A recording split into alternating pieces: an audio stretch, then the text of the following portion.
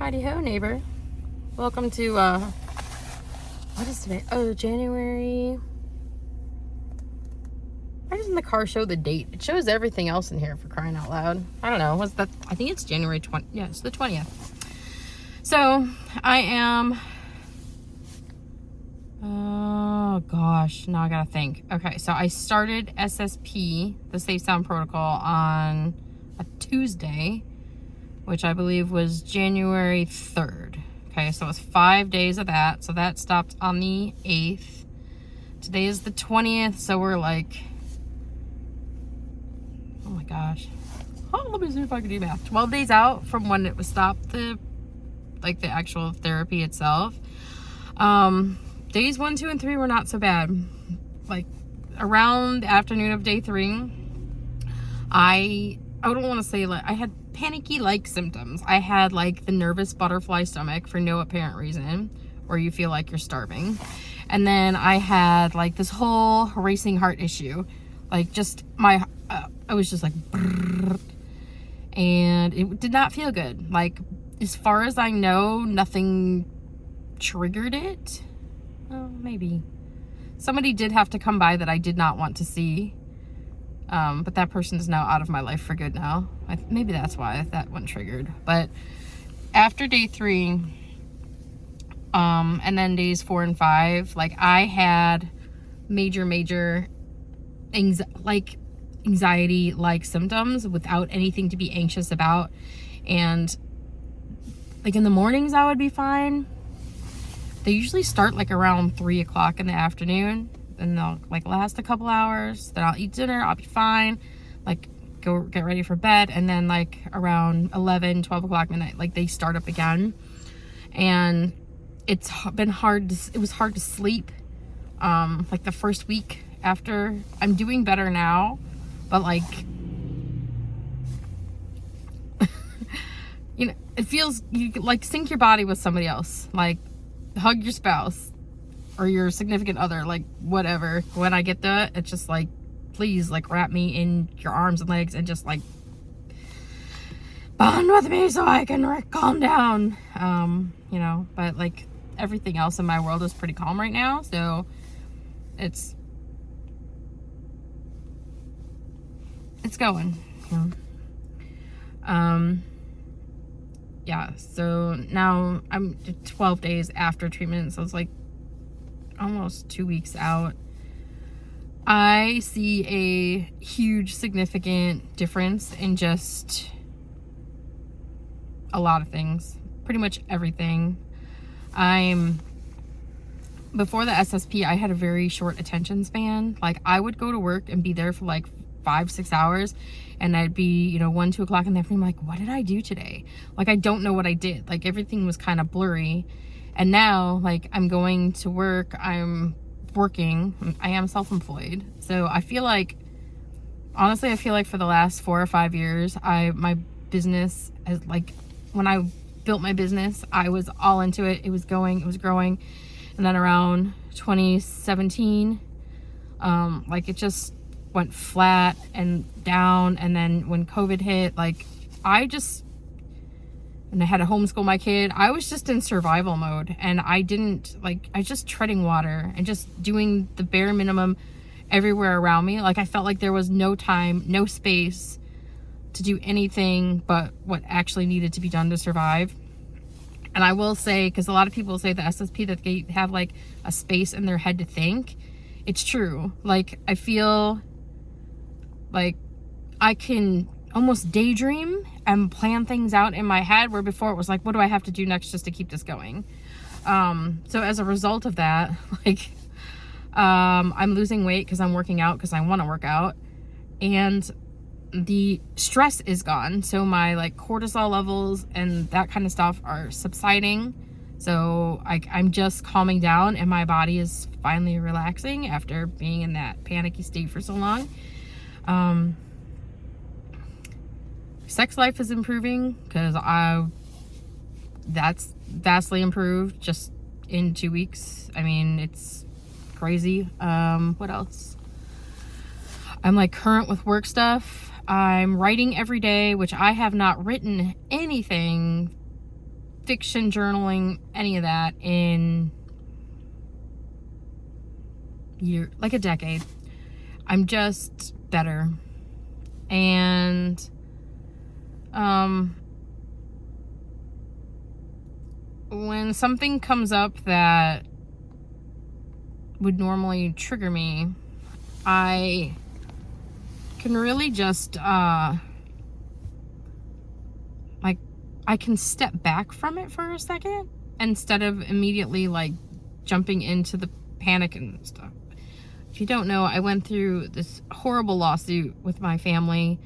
I just wanted away from this person. They didn't want to let go. It was really sick and twisted. There was stalking, death threats. It was horrible. And you think when you're going through that like, I'm dealing with this, I'm functioning, I'm okay. But I really wasn't. I was just like pushing it all down, and it like chemically and like it physically changed my body, changed my brain, changed me chemically, to the point where there is like this, when you get your fight or flight, like you go in and it's supposed to be short term. Like you run from the scary animal, you get to a safe space, and then you can come back down. But with what happened to me, is that my trauma lasted so long that I actually got into this place like at the top of this curve where I like got there and got stuck. So they call it like a freeze response, and everything just kind of shuts down, becomes hopeless. But I didn't know this while I was going through it. Like I knew something was off, but I didn't know what. And I had been to several counselors. I saw a psychiatrist last summer who like put me on medication. I felt good for like 2 or 3 weeks, and then it was horrible. Like all the shit came back, but I still wasn't getting anywhere. So when I talked to my husband, and I think it was like right after Thanksgiving, and I told him, I'm like, I am just off. I am so sick of feeling this way. Like I can't fix it. I hired a life coach. They're like, take action, change this, change that. It's like, I have to force myself so hard to do the actions. Like it's not normal. Like what is wrong? So I called a couple of, at the recommendation of one of my mentors who was also going through psychotherapy to deal with trauma from her childhood, just to work through it, to be like her whole self. I'm like, that's pretty interesting. So when I called and I set up the appointment, it did take like 2 weeks to get in. And it was a little bit different this time because when I was seeing the therapist before, like I've never been to an office where it's so consistent. Like I see her every Thursday at 4:00. I have her phone number. I have her email. I can text her anytime I want. I mean, like when I had those panic attacks after the treatment, like she was the one who's like, can you just externalize it? You need to externalize things. So write things down. Write down how you're feeling. Just get it all out so that it comes out. That has been game changing. Like I feel like I have a partner through this treatment thing. So, yeah, I don't know how long I'll be in therapy with her. I don't know. I might do the SSP again. She says I should wait maybe at least 8 weeks to see how am I in 8 weeks from now. So, like right now I am almost 2 weeks post the treatment. I have lost 10 pounds. Things are improving. My husband and I are having sex again, and like I'm cleaning out closets at home. Things that were just, there was no room in my head to think about before. Like I'm writing, I'm working out, I am actually working on my business to improve it and grow it. It's very strange how when you're going through something and you think you're dealing with it and you're like, I'm okay, I'm gonna get through this, but like you're not, and you don't know until after you're so different, I'm blessed because Chad, my husband, he totally gets that the shit that we've been through the past decade is not normal. Like we don't know anybody else who's gone through the crap we've been through. It's bizarre. You know, like, who gets stalked and death threats from their own family members? Maybe a lot of other people do. I don't know. But the thing is, it's not even a person that's that close to me. It's really disgusting. It really is. But, you know, that's fine. It's done. I have, like, just changed my name, changed my life, and moved away. And getting better, right? So that is kind of all the updates. I do want to say, when I was researching the SSP online, like, I think if you search like safe sound protocol reviews, you'll get more. And then if you put experience, it was kind of tricky to find like other people who had been through the safe sound protocol. There were quite a few people that drug it out. Like, they didn't do the 1 hour for 5 days. They would do like 10 minutes a day, 15 minutes a day. Knowing what I know now, like, I'm glad that I did the 1 hour for 5 days. I know it was hard, and that whole panicky thing was like awful. And most people in their reviews of it said like, oh, I had a rough time on days 3, 4, and 5, but nobody said what the rough time was. Like, well, what happened? You know, what should have been like, oh, all that trauma I suppressed, it came shooting out. Like, bleh, you know, like, it came out. All of that anxiety, that like looking over your shoulder feeling, and like, why is he here? He lives 1,000, like, all of that feeling came out without the actual trauma happening at the time. That's what it felt like. And to say it was rough, oh yes, it was rough. It was fucking horrible. It was horrible. Like, and the thing is, here's what's so interesting, is before I had the safe and sound protocol, I was so up at that freeze state, because I used to, people are like, oh, do you have panic attack? I'm like, no, I've not had a panic attack, a racing heart, a nervous stomach in like 6 years. Like, you couldn't do anything to scare me or bother me. Like, been through it all, could give a shit. Like, that's kind of where I thought I was.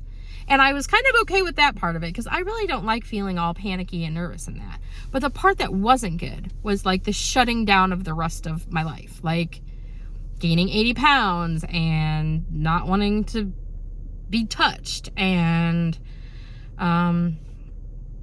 drinking too much, eating too much, not wanting to work out. It's just, you know, not wanting to go to work, not really wanting to do anything.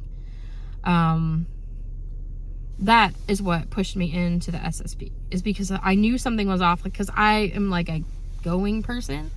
Like, I'm gonna do this and I'm gonna do that, and it all went away. Like, I was just bleh. And I do wish I would have went sooner. And then what I found interesting, I forget where I read this,